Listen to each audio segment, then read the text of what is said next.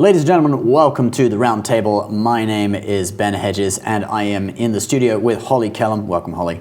Good to be here, Ben. And so we just got the news, well, the news just broke over the last day or two that Kamala Harris has picked Tim Walz to be her VP pick, all right, for the upcoming election. Finally. Yes. And he wasn't actually the favorite, was he? Wasn't who people expected. No, I think a lot of people thought that Josh Shapiro in Pennsylvania would be the pick. Right.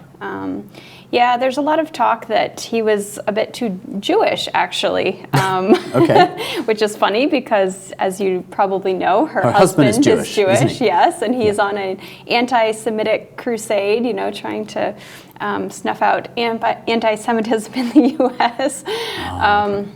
But they're not the biggest on supporting Netanyahu and what he's doing in Palestine. Yes, and there is a kind of a schism here. Not everyone who supports Netanyahu or vice versa. Not everyone who's Jewish supports invading Palestine. Exactly. That's kind of the thing. Yeah. But anyway, let's get on to Walz, because I want to hear about him and what his politics is and all the things that viewers need to know. He is kind of a surprising pick. So the conventional wisdom is that when you are a Democratic candidate, you want to try to appeal to the other part of the country that may not necessarily support your views on different issues. And so generally the vice president is good for getting votes in swing states. So that's why Josh Shapiro was very popular, Mark Kelly in Arizona, senator from Arizona.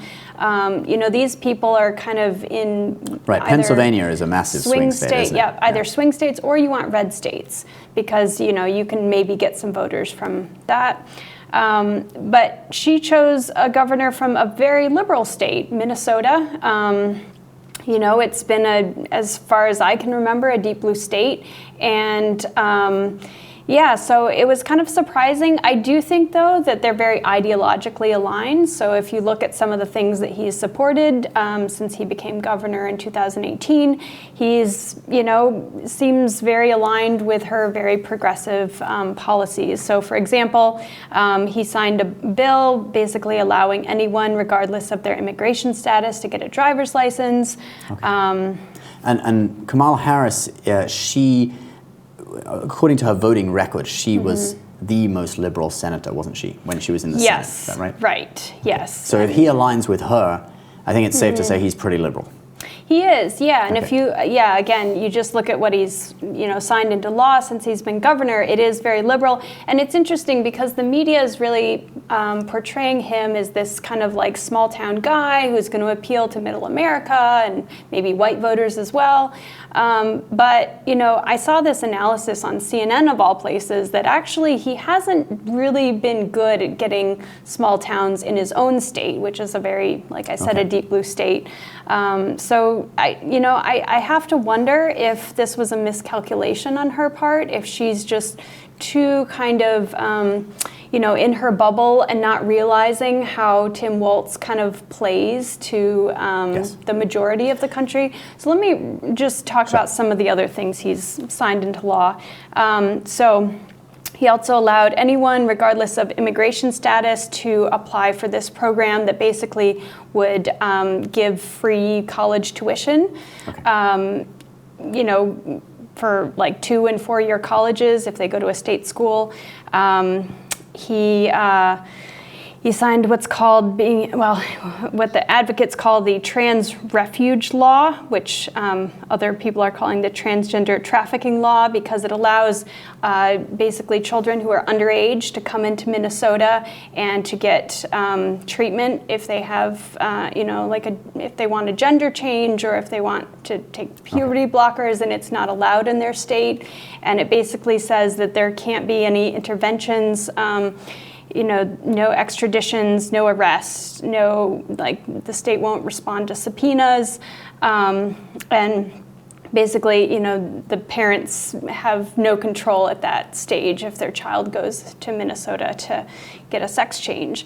It's kind of out there. He also, he was under a lot of scrutiny during the BLM protests in 2020 because Well, he did show support for that, didn't he? He did, yeah. He was supportive, I think, of the cause. And I think there was criticism at the time that, he came out before the worst of the rioting and was, just kind of talking about George Floyd and, how awful that was, but then kind of disappeared for 48 hours and only kind of reemerged. And then, it took him a while to actually call in the National Guard and, restore order. And it was pretty devastating for a lot of small businesses. So I do think that while he does come from kind of a folksy background, like he actually used to be an NRA member and he was very, pro-gun for a while. After the shooting in Las Vegas, I think it was 2017, he kind of reversed his position on that. And now he is, kind of in line with, I would say, the majority of the Democrat Party.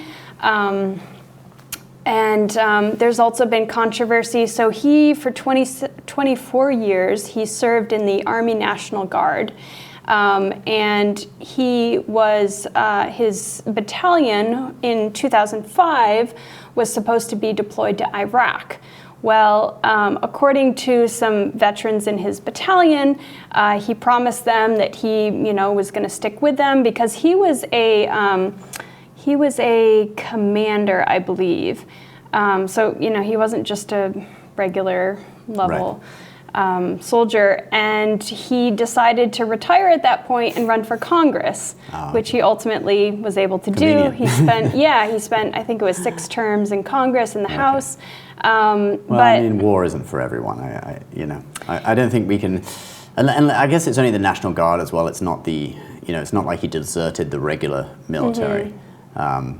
I think it just speaks to his, patriot. I know some people will see that as dishonorable. Yeah, exactly. Well, and you also have the comparison with J.D. Vance, who actually did serve in combat in the Middle East. So I think, there's been this kind of back and forth between Maybe that Kamala will come Harris up in the debate, the VP debate. I served in combat, you didn't. Yes, I think it definitely will. Do you think that he is a gift to the Republicans, this choice?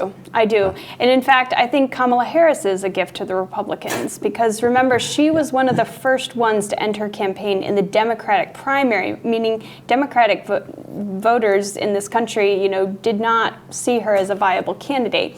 And I do think that because she's from San Francisco and California has this reputation as being, a lot far left than the rest of the country, and then she goes and she picks a VP who seems very ideologically aligned with her, I do think she's going to alienate a significant portion of the country. Let me just read you this quote. So Tim Walz was on this, it was this Zoom call. It was called White Dudes for Harris.